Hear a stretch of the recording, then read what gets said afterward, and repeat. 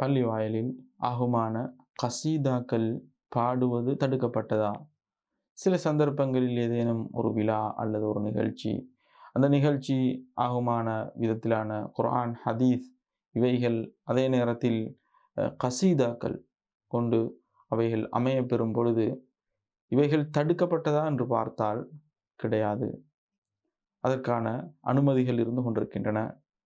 எப்பொழுதும் எந்நேரமும்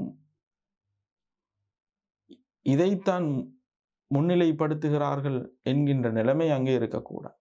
ஆனால் ஒரு கசீதாவை பாடுவதனூடாக அங்கே அவருக்கு அது குற்றமாக இருக்க மாட்டாது என்பதை நாங்கள் ஹதீஸுகளினூடாக பார்க்கும் பொழுது புரிந்து கொள்கின்றோம்.